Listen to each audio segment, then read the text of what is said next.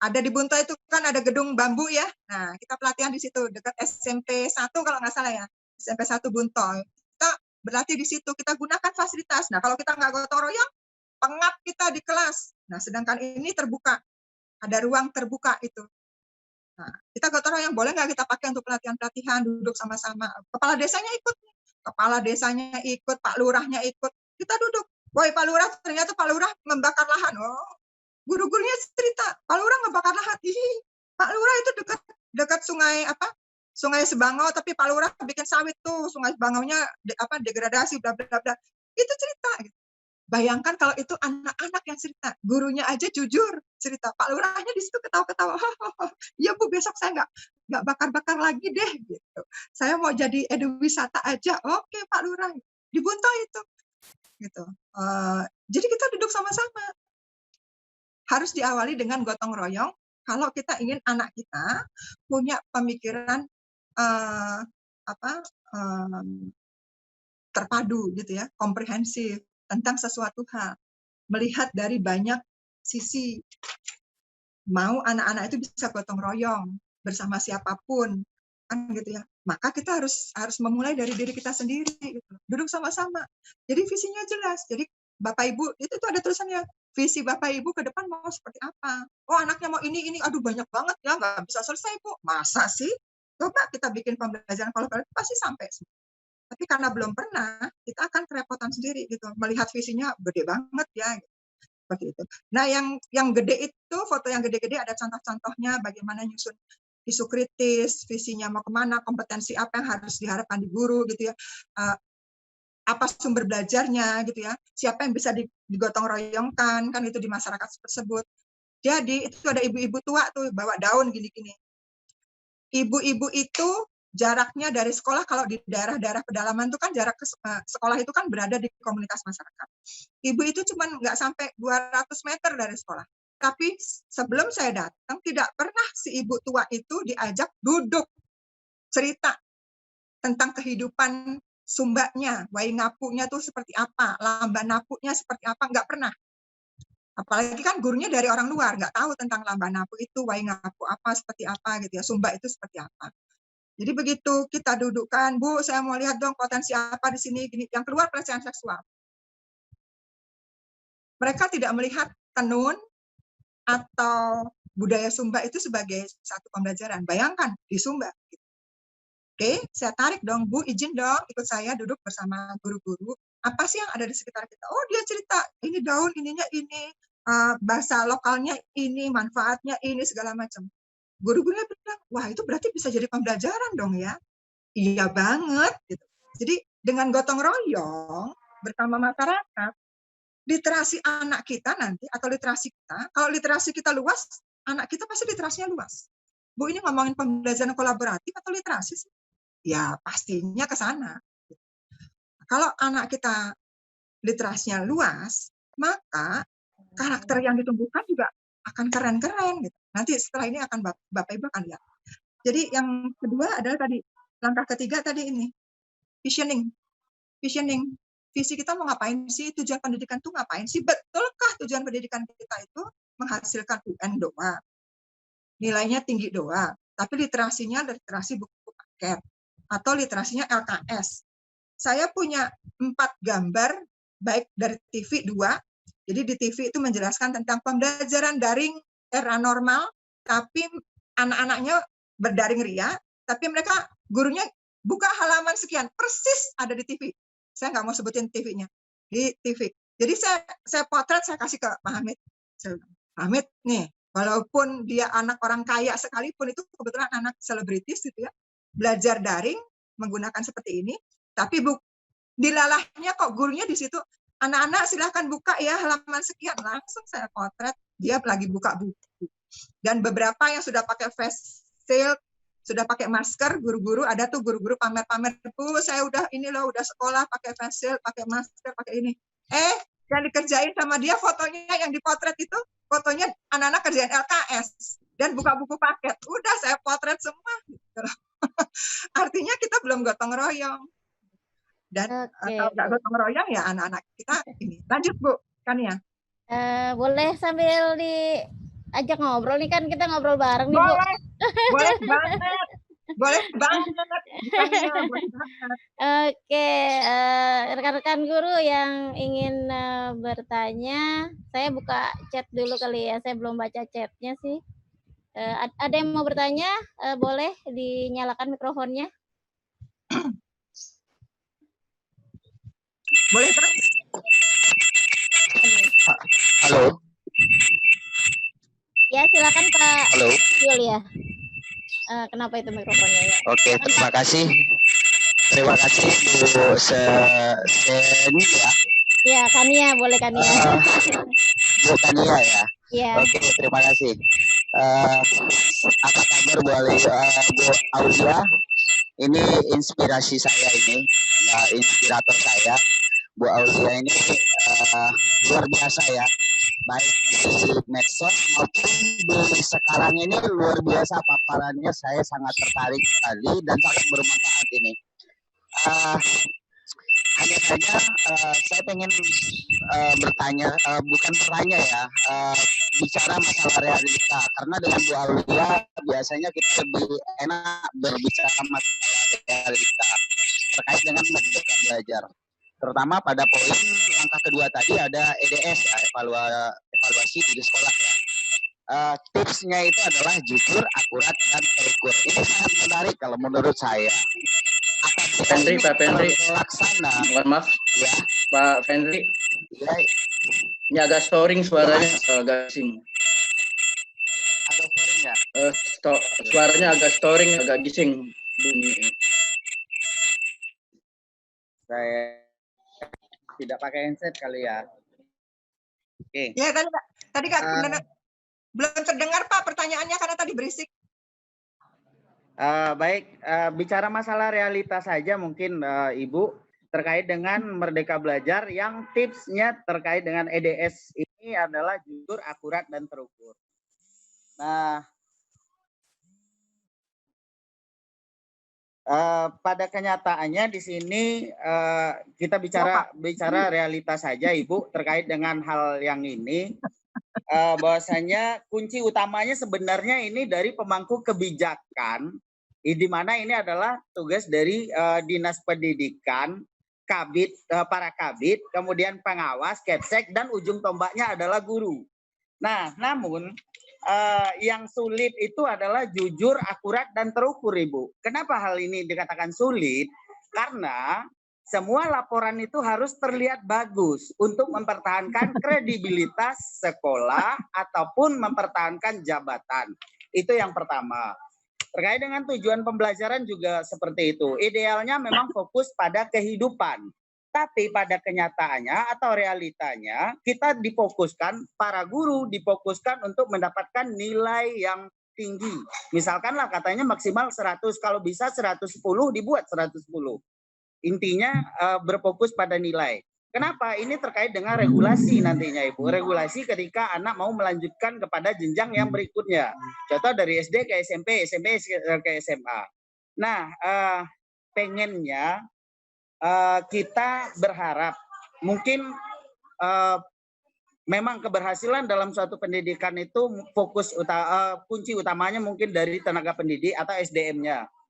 Kita tidak mengingkari bahwasanya SDM yang ada di Indonesia, katakanlah mungkin itu termasuk saya, memang kita masih minim. Sebagian besar mungkin masih minim, sangat minim malah. Nah, namun demikian kita berharapnya adanya sinkronisasi antara proses dan evaluasi.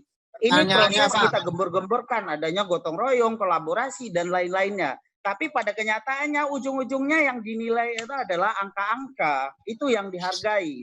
Dan ini sudah tertanam dalam diri pemangku kebijakan, guru, bahkan orang tua apalagi.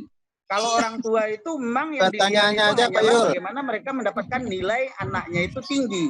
Tapi tidak menyentuh esensi dari pertanyaannya saja Pak Yul.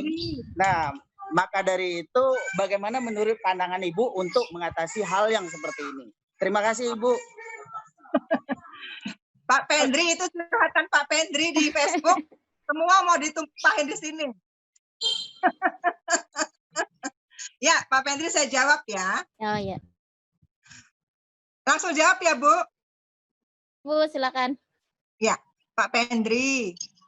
Pak Pendri bilang nilai. Pertanyaan saya, yang bikin ulangan siapa, Pak Pendri? Walaupun saya tahu realitasnya, ada nih daerah-daerah yang bikin ulangan MGMP. Kan kalau di standar kita yang bikin ulangan kita sendiri, Pak. Mau ulangan harian, mau ulangan semester, mau ulangan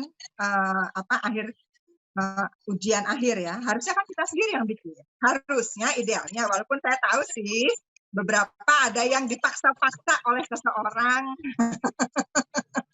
harus dari MGMP, harus dari pengawas, harus dari dinas. Gitu. Tapi standarnya kan nggak begitu. Kalau Pak Pendri bilang SDM, saya nggak terima. Nah, kalau untuk penilaian, itu saya bilang, saya setuju dengan kata merdekanya ya. Saya setuju hanya dengan kata merdeka. Ayo memerdekakan diri, baca standarnya. Standarnya itu penilaian itu dari kita, bukan dari siapapun.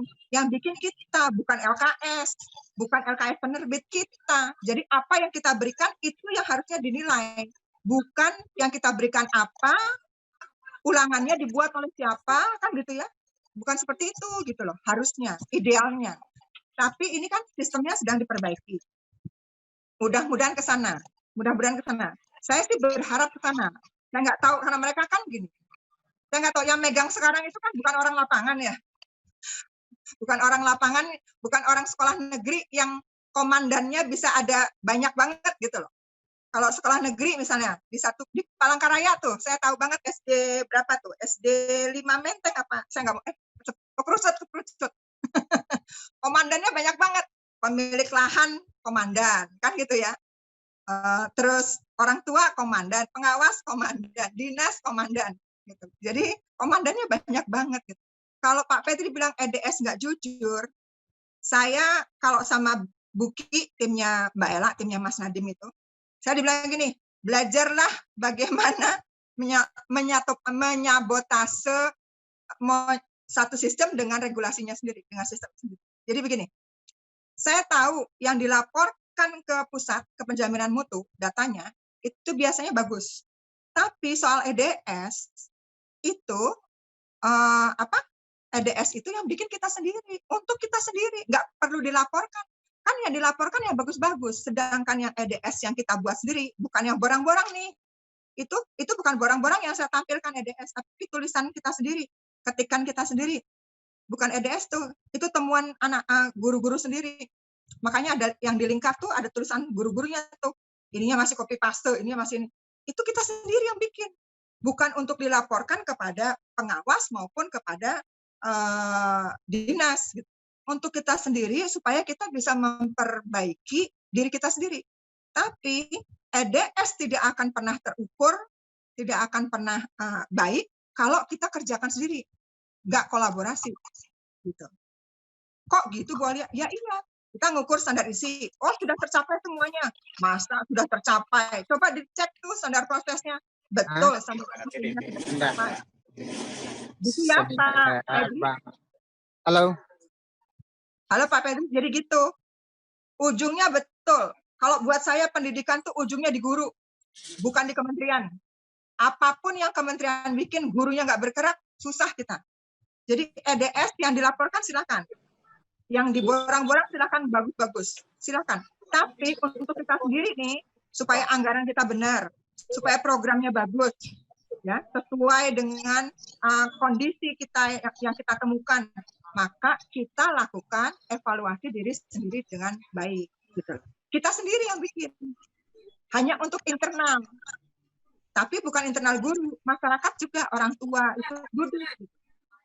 Nah, kalau sama saya kebetulan di beberapa pedalaman Kalimantan atau di beberapa daerah-daerah binaan saya seperti di Mataram, di Mojokerto, dan di beberapa binaan saya yang difasilitasi Dikbud maupun difasilitasi negara, itu semua unsur duduk tuh.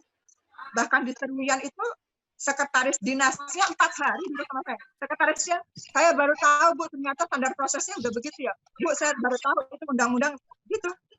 Jadi waktu sekolahnya itu melakukan perubahan, sekretaris dinasnya nggak marah. Gitu. Pengawasnya nggak marah karena kita duduk sama-sama. Di Samarinda itu waktu kita dampingi sekolah modelnya LPMP Kalimantan Timur. Nggak marah pengawasnya. Bahwa ternyata ini maksudnya begitu ya Bu ya. Yang dimaksud KTSP sesuai ketentuan tuh itu, lihatnya di situ. Oh yang dimaksud RPP sesuai ketentuan tuh itu. Nggak repot-repot ya. Enggak. Itu padahal itu belum ada Mas Menteri itu. Harusnya simpel aja. Tapi Bu, itu kok ada tuh yang disuruh ada balon-balon lah, ada karakteristik lah, ada ini lah, ada karakter, ada ini, ada waduh itu nggak tahu siapa.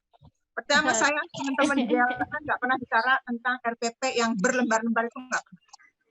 Yang kita minta itu RPP-nya literasi karakter itu jadi satu. Oke.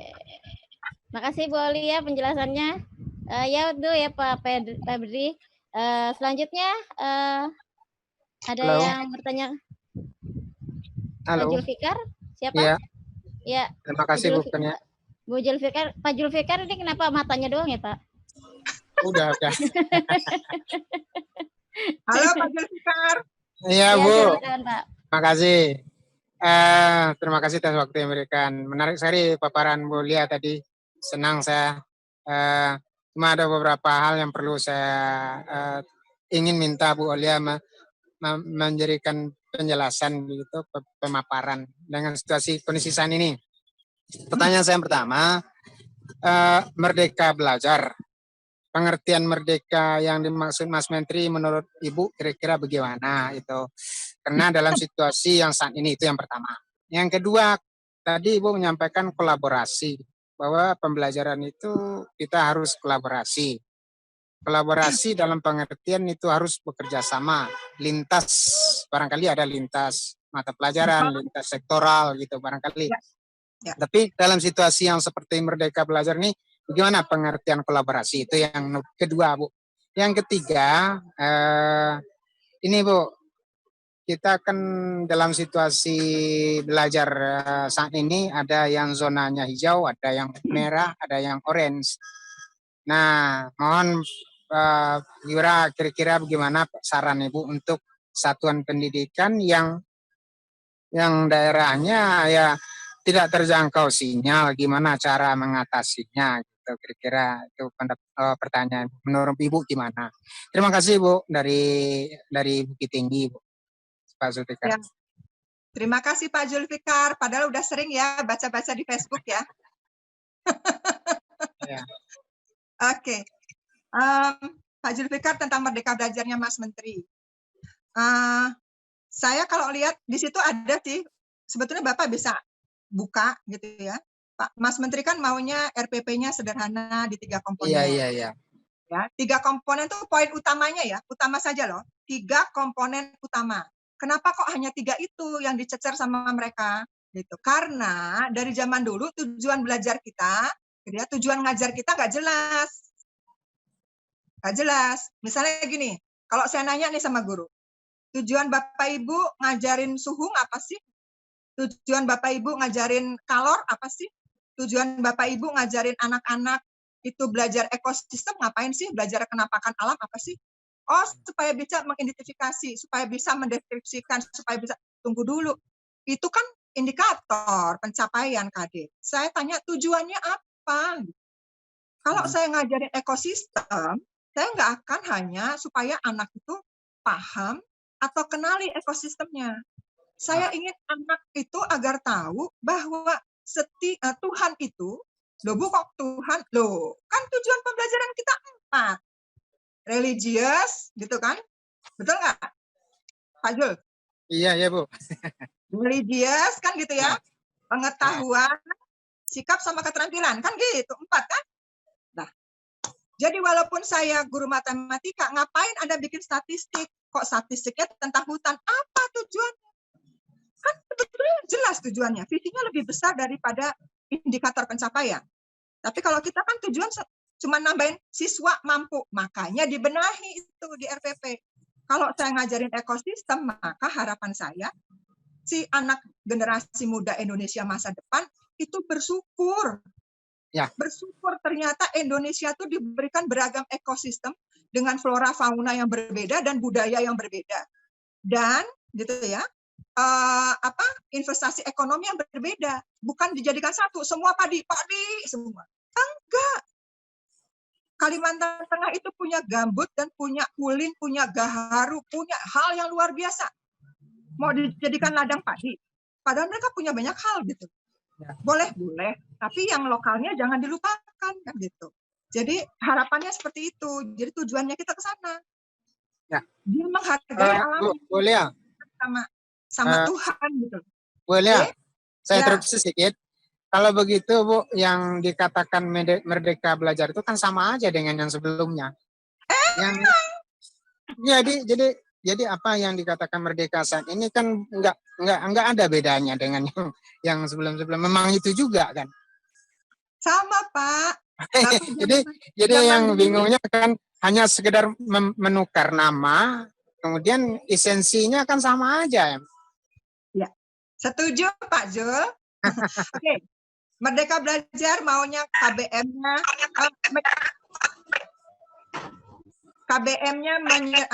RPP-nya disederhanakan. Nggak usah semua komponen masuk tuh, 13 komponen. 7 apa 11 komponen masuk. 3 aja utama. Yang lainnya bisa masuk ke KBM. Dari dulu juga begitu. Bukan? Misalnya nih, peserta didik. Kan gitu ya. Dengan penuh tanggung jawab misalnya.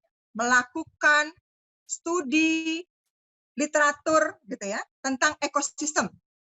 Apa studi literaturnya? Perpustakaan atau buku-buku dari dinas terkait atau apa? Kan gitu ya. Nah, itu kan sudah jelas. Metodenya ada terlihat, topiknya terlihat, materinya terlihat, sumber belajarnya terlihat di KBM. Jadi nggak usah ada materi pun, nggak usah ada metodologi, nggak usah ada sumber belajar, sudah terlihat dari dulu di KBM. Nah dari dulu KBM kita udah begitu, udah diminta begitu. Yang nambahin nambahin tentang literasi karakter siapa? Bukan kita. Kalau dari Dikbud nggak pernah nambahin seperti itu. Karena begitu ditulis studi literatur atau studi pustaka kemana nih? Ke A, ke B, ke C. Investigasi, peserta didik melakukan investigasi ke misalnya ekosistem A, B, C, D dengan sumber belajarnya A, B, C, D. Loh, sudah tertulis, literasinya jelas, karakternya jelas. Wawancara itu pasti akan membutuhkan karakter yang baik, kan gitu ya. Kemandirian, sudah jelas. Di situ di KBM sudah jelas terlihat literasinya ke buku apa saja, ke bacaan apa saja, ke video apa saja, ke sumber belajar, sudah jelas di KBM. Dari zaman dulu juga begitu, tapi dulu kan ada yang meminta RPP lembar-lembar sampai 20 lembar. Yang kita ngelihatnya gitu. Tuh, jadi niatnya sih maksudnya mau menyimpelkan. Tapi yang simpel itu bukan sederhana banget. Yang simpel itu harusnya juga kompleks. Kalau yang simpel itu simpel banget, ya repot kita nanti nggak dapat apa-apa. Simpel itu maksudnya gini, peserta didik melakukan cuman KBM. Balik lagi, peserta didik melakukan penelitian tentang ekosistem di buku halaman sekian. Itu literasinya nggak kena, karakternya nggak kena, kan gitu ya. Bukan itu. Gitu. Jadi masalahnya itu satu. Dan penilaian